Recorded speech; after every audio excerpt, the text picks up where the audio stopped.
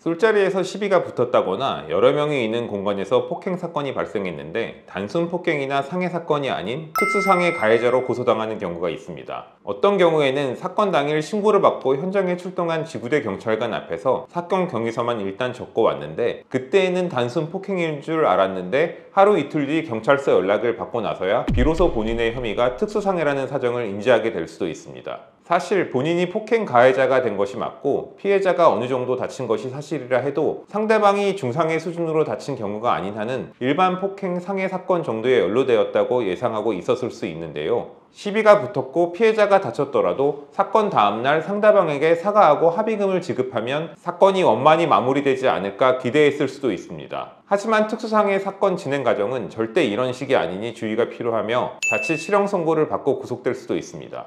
특수상해에 대해 간단히 알아보겠습니다.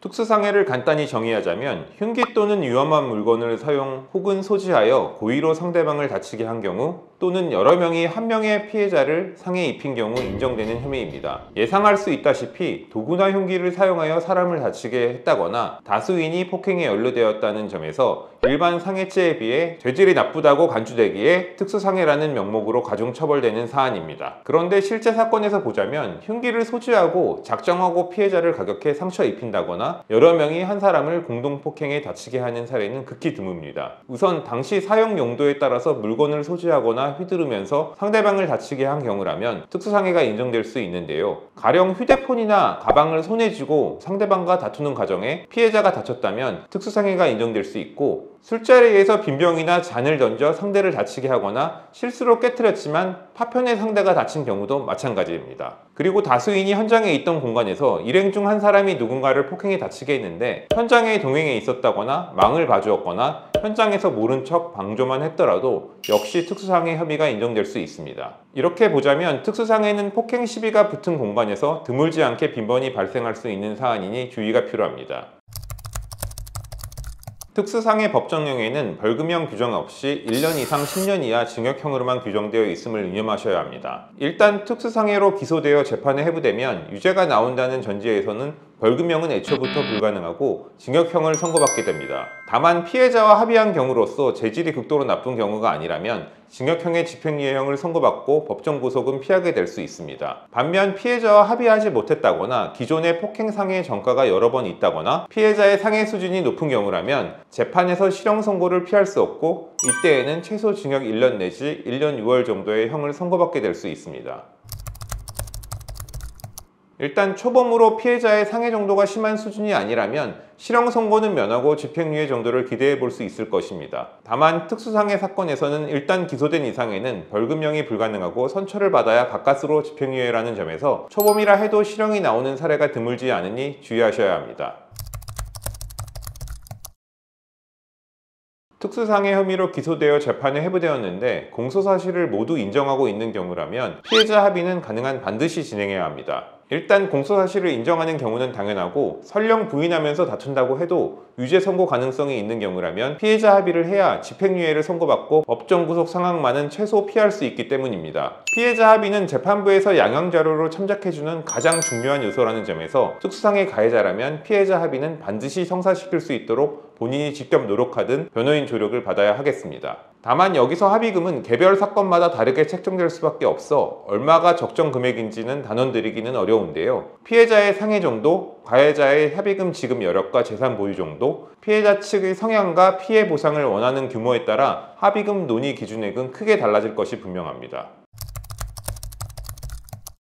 말씀드린 대로 특수상해는 벌금형 규정이 없다는 사정을 유의하셔야 합니다. 일단 특수상해 피고인 신분으로 기소된 이상에는 유죄가 나온다면 아무리 선처를 받아도 금고 이상의 형인 징역형의 집행유예형을 받게 되기 때문인데요. 설령 실형을 면한다 해도 집행유예를 받게 되면 공무원 등 특수 직종에 있는 당사자 입장에서는 신분 유지에 대단히 불리한 상황에 처하게 됩니다. 따라서 특수상해 피의자 신분으로 경찰 조사를 받게 되었다면 변호인 조력을 받아 수사 초반부터 대처해 검찰 단계에서 기소유예를 받고 사건을 종결시킬 수 있도록 조치를 취해보아야 합니다. 일단 기소되면 선처가 집행유예라는 점에서 가능하다면 수사 단계에서 피해자 합의를 선제적으로 진행하고 검찰 처분 단계에서 선처를 받아 기소유예 처분을 받도록 하는 것이 당사자에게는 최선이 될 수 있습니다. 물론 피해자 합의를 신속하게 했다고 해서 기소유예를 항상 받을 수 있는 것은 아닌데요. 피해자의 상해 정도가 비교적 경미한 경우로서 피의자에게 동종 유사 전과가 없고 죄질 수준이 나쁘지 않고 피해자 합의 역시도 사건 발생 초반부에 빠르게 성사되어야 그나마 기소유예를 조금이라도 기대해 볼 수 있습니다.